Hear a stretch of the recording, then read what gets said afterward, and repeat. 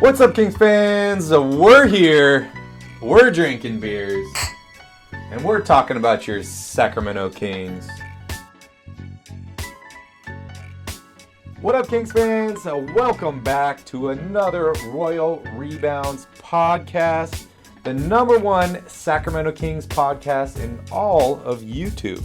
If you'd like to join the Royal family, make sure you hit that subscribe button down below. And if you enjoy this content, make sure you hit that like button. If you would like to find out when Calvin and I put out new videos, make sure you hit that cowbell down below. Yeah. Hit it hella times. Hit it hella times. So Calvin, before we jump into today's subject, what are we drinking? If you are familiar with the show or you watch the podcast, you've seen us drink this before. This is a slightly different version, unfiltered, but it is the Hanaho Hefeweizen from Waikiki Brewing Company, which if you watch the show, you remember that Hanaho means one more time or do it again. So we had to do it again. Running it back.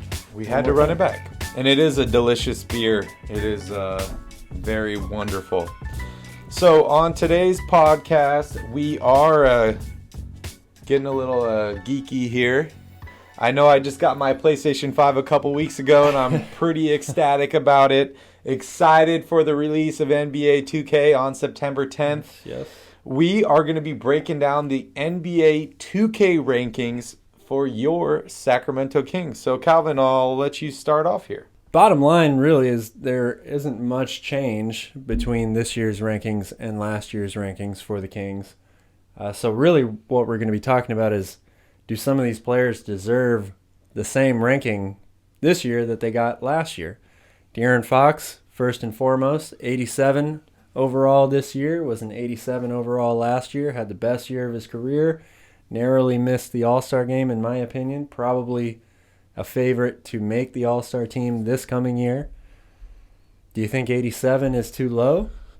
86 in 2020, 87 last year, and 87 this year. It is definitely too low for Darren Fox. I think this guy does everything on the court. He is improving his three-point shooting. He's improving his free throw shooting. He's playing better defense. Other than free throws, 87 is way too low in my opinion. I think he's got to be at least 89. Oh, I would agree with that. In fact, I'd probably give him a 90. I mean, these ratings are tough. It's a video game. How do you actually, portray into real life what these guys are worth or rated? Ronnie 2K is effing up. But yeah, so my biggest bone to pick with these 2K ratings is Tyrese Haliburton. Well, let's just, you want to go down the list of the Sure. top guys and at least let everybody know what these ratings are, because I don't know if everybody's seen them yet. And so Darren Fox has been given the highest overall rating on the Kings. That should come as no surprise to anyone. 87 overall. Richaun Holmes is coming in second place at an 82 overall. He was also given an 82 overall last year, and again had a career year last year. Career high in points, rebounds, block shots, field goal percentage. I'm not sure how much higher I would necessarily give Richaun's rating, but 82. I feel like if you were an 82 last year and you had the best year of your career, just like Darren Fox, you should probably be given at least a +1, right? Yeah, so Holmes 82, Haliburton 81, Bagley 80, Barnes 80, Thompson 78, and Buddy Hield and Alex Len both 77. And then the rookies this year haven't even been ranked yet. So we will see their rankings soon. Some of the rookies have been ranked. Yeah, not all. Not the Kings rookies. But, for me, the thing that jumps out at me is if I were to ask you, Calvin, who is the Sacramento Kings' second best player? Who would it be? Well, I love Tyrese Haliburton, but in my opinion, their second best player is Harrison Barnes. And I totally agree with you. And Harrison Barnes is fourth on this list. He's tied for third on this list at an 80 overall. He's also an 80 overall last year. Yeah. And, Harrison Barnes can do so much on the court. Don't get me wrong. I'm a big Richaun Holmes fan. I think Richaun Holmes is a great player. But when you just look at the type of game that he has versus a Harrison Barnes. Harrison Barnes is a guy that's very well-rounded. He's good at everything on the basketball court. He doesn't have a flaw in his game. Obviously, he's not the best at anything, but he's a very well-rounded player. And the fact that Holmes is an 82 and Barnes is an 80, it almost invalidates all of these ratings right from the start, right? Yeah, I think so. I think age plays a factor in these two specific ratings. Richaun Holmes is a few years younger than Harrison Barnes. But to me, Harrison is coming off one of the best years in his career. You can actually say that for just about everybody in this top 5 here on the Kings. They're coming off the best year of their career, whether it was their rookie season or their 5th or whatever. They all had great individual statistical years last year, and when you're talking about a video game rating, it's got to be based heavily off of statistics, I feel like. You would think in so. the algorithm. So and not based off of potential. And Harrison Barnes might be one of the old yes. Harrison Barnes might be one of the oldest players on this team, but he's not that old. He's not that old. Especially in today's NBA. Yeah. So 80 is way, way too low for me. For him, like we both said, we think he's the second best player on this team. Incredibly well-rounded, great scorer, has improved his outside shot a lot. Very versatile defender, can guard multiple positions. I don't get it. I wouldn't give him an 80. I don't get any of these ratings, actually. Yeah, I mean, Haliburton's an 81, which is less than he was given last year. Yeah, as a rookie, he came in with an 82 overall rating. And now he finishes third in the Rookie of the Year voting, and he gets demoted. Gets demoted. One overall, -1. Doesn't make any sense. As a Kings fan, I would at least hope that Haliburton is on track for a better season this year. He's had another year under his belt. He's learning. He's maybe closer to making an All-Star team. Not that he's going to make an All-Star team, but he's towards that direction. And you dock him a point. But honestly, the thing that really confuses me the most, and I know I've been very critical of Buddy Hield over the past 2 years and his play, especially on the defensive end of the floor and some of his shooting slumps and all that, but Buddy Hield is a 77. And I think that's low, but I think the thing that pisses me off the most is that Alex Len is a 77 also. And I know we've all seen Alex Len in the low 70s previously. I'm happy to have him back on the Kings. I'm happy that he's doing well. He's going to play a great backup center role. I think he's going to do a much better job than a guy like a Hassan Whiteside. He's younger. He's more athletic. He can run up and down the floor. He's not as big of a guy, but he's a shot blocker. He's got a little bit more energy. But the fact that you're rating one of the best three-point shooters in the league the same as a second or third string big man is crazy to me. I agree with that. Crazy. 77, I crazy. agree with that. And I feel like the biggest takeaway from what 2K has become over all these years is the archetype. Yep.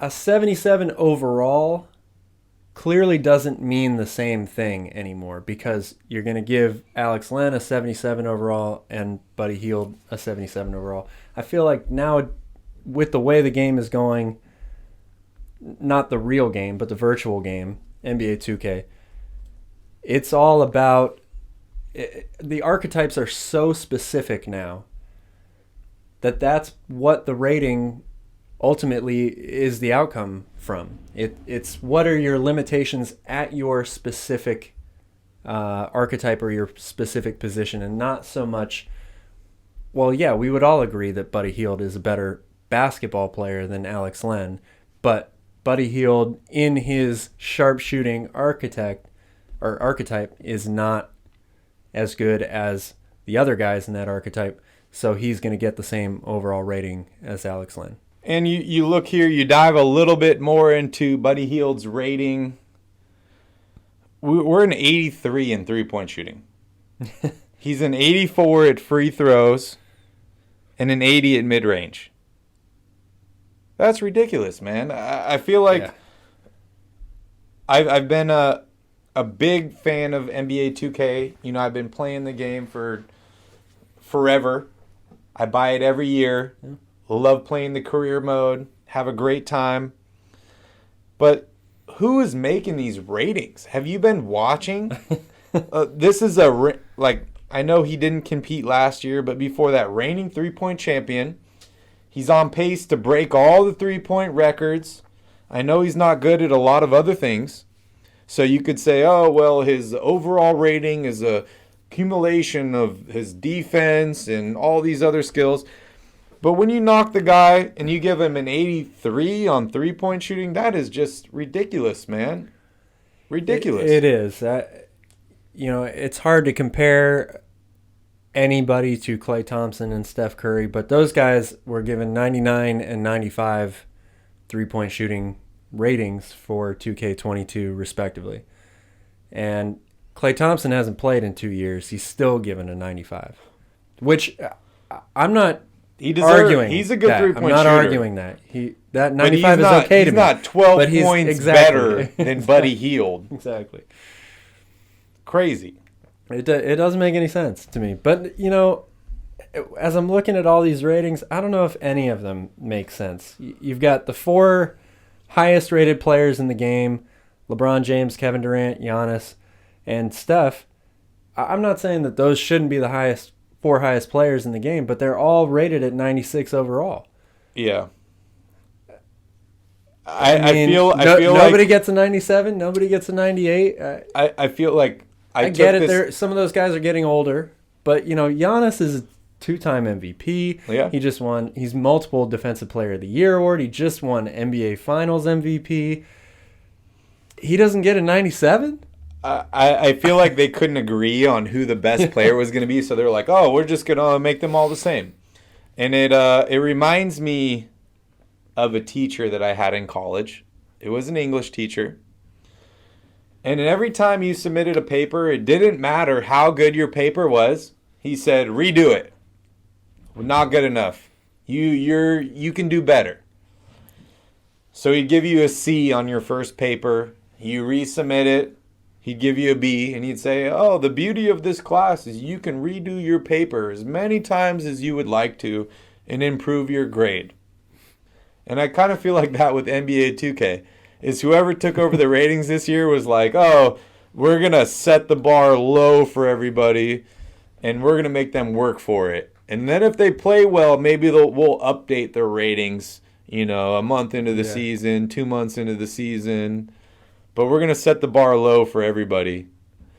If I'm an NBA player, first off, I'm probably not going to be looking at NBA 2K ratings because every year that's probably going to piss me off because I'm going to feel like I'm a much better player than they give me. It's a huge deal, I feel like, now, for not just NBA 2K, but for Madden.